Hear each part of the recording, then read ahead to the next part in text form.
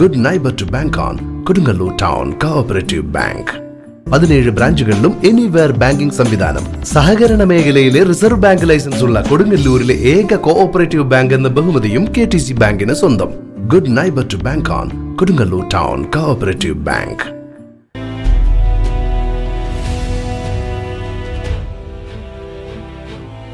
ഈ നാടിന്റെ ശാപം ജനവികാരം അറിയാത്തവർ ജനപ്രതിനിധികളായി വരുന്നതുകൊണ്ടാണ് CR നീലകണ്ഠൻ.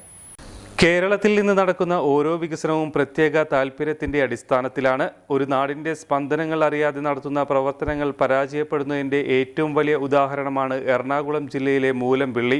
അവിടെ ജീവിച്ചിരുന്ന മുഴുവൻ ജീവിതങ്ങളെയും കുടിയൊഴിപ്പിച്ചാണ് വികസനം നടപ്പാക്കാൻ ശ്രമിച്ചത്.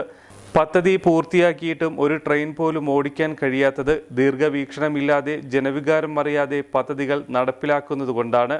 ദീർഘവീക്ഷണമുള്ളവർ നമ്മുടെ തീരശോഷണത്തിന് എതിരായ ശാശ്വത പരിഹാരമാർഗം കണ്ടെത്തലാണ് ആദ്യം ചെയ്യേണ്ടത്. എറിയാട് ഗ്രാമപഞ്ചായത്തിലെ സ്ഥിതിയും സമാനമാണ്.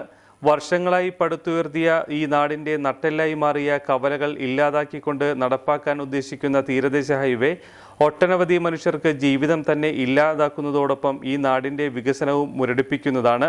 നമ്മുടെ പ്രകൃതി വിഭവങ്ങൾ കൊള്ളയടിക്കുന്ന കോർപ്പറേറ്റുകൾക്ക് വേണ്ടിയാണ് ഈ വികസനങ്ങൾ. ഇതിൻ്റെ കാരണം ജനവികാരമറിയാത്ത ജനപ്രതിനിധികളെ തിരഞ്ഞെടുക്കുന്നത് കൊണ്ടാണ്. ഓരോ ജനപ്രതിനിധിയെയും തിരഞ്ഞെടുക്കുമ്പോൾ രാഷ്ട്രീയവും സമുദായ പിൻബലവും മാറ്റി നിർത്തുവാൻ നമ്മൾ തയ്യാറായാൽ അർഹതയുള്ള ജനപ്രതിനിധികൾ തിരഞ്ഞെടുക്കപ്പെടും. സ്വാതന്ത്ര്യ സമര നായകൻ മുഹമ്മദ് അബ്ദുറഹ്മാൻ സാഹിബിന്റെ നാട്ടിൽ നിന്ന് തന്നെ അതിന്റെ തുടക്കം ആരംഭിക്കണം.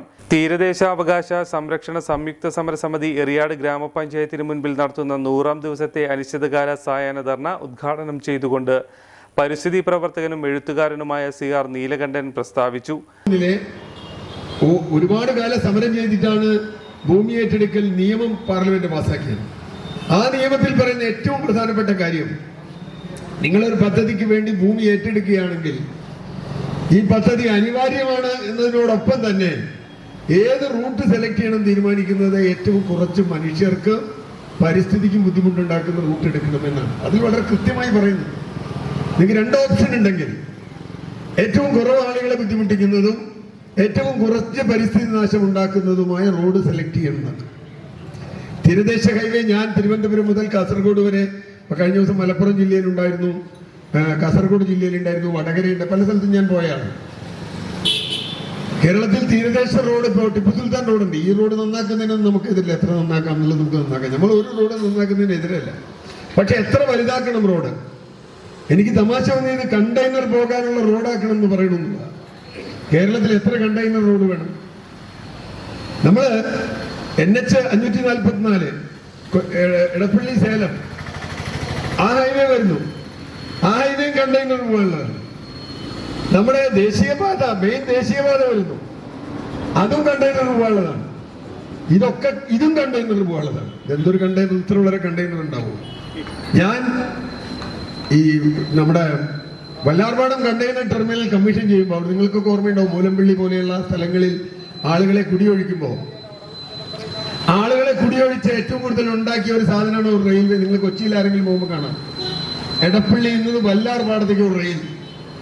200ഓളം കുടുംബങ്ങളെ കുടിയൊഴിച്ച് ആ റെയിൽ ഉണ്ടാക്കാനാണ്.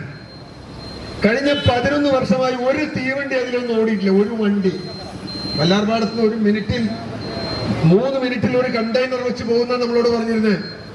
അതിന് റെയിൽ വേണം. ഈ റെയിലില്ലെങ്കിൽ വല്ലാർപാടം ടെർമിനൽ വരാനേ പോകുന്നില്ല.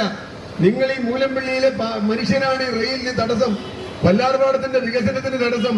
സംയുക്ത സമരസമിതി പ്രസിഡന്റ് A മുഹമ്മദ് ഇക്ബാൽ അധ്യക്ഷത വഹിച്ച യോഗത്തിൽ MES സംസ്ഥാന ജനറൽ സെക്രട്ടറി KK കുഞ്ഞുമൊയ്തീൻ മുഖ്യപ്രഭാഷണം നടത്തി. ധീവരസഭ സംസ്ഥാന കമ്മിറ്റി അംഗം EK ദാസൻ, സിദ്ദീഖ് പഴങ്ങാടൻ, അഡ്വക്കേറ്റ് KK സക്കീർ ഹുസൈൻ, സലാം അയ്യാരിൽ, MA സുലൈമാൻ തുടങ്ങിയവർ സംസാരിച്ചു. എഞ്ചിനീയറിംഗോ ഡിപ്ലോമയോ കഴിഞ്ഞ് ക്യാമ്പസ് ഇന്റർവ്യൂ വഴി ഒരു ജോലിയാണോ അതോ സ്വന്തമായി ഒരു സംരംഭം തുടങ്ങാനാണോ നിങ്ങളുടെ ലക്ഷ്യം? എങ്കിൽ ഇതിനെല്ലാം സൗകര്യമൊരുക്കുന്ന SNM-IMT മാലിങ്കരയിൽ അഡ്മിഷൻ നേടൂ. SNM-IMTയുടെ പ്രത്യേകതകൾ: എഞ്ചിനീയറിംഗ് ഡിപ്ലോമ എന്ന 2 കോഴ്സുകൾ, ഉയർന്ന അക്കാഡമിക് നിലവാരം, പരിചയസമ്പന്നരായ മികച്ച അധ്യാപകർ, ആധുനിക സംവിധാനങ്ങളുള്ള ലാബ് സൗകര്യങ്ങൾ, സംരംഭകത്വത്തിന് പ്രത്യേക വിഭാഗങ്ങൾ, വിദ്യാഭ്യാസ രംഗത്ത് 100 വർഷത്തെ പാരമ്പര്യമുള്ള ശക്തമായ മാനേജ്മെന്റ്, വിജയകരമായ ഭാവി ഉറപ്പുവരുത്തുന്നു. വിശദമായ വിവരങ്ങൾക്കായി വിളിക്കൂ. SNM-IMT engineering and polytechnic college, Maliankara.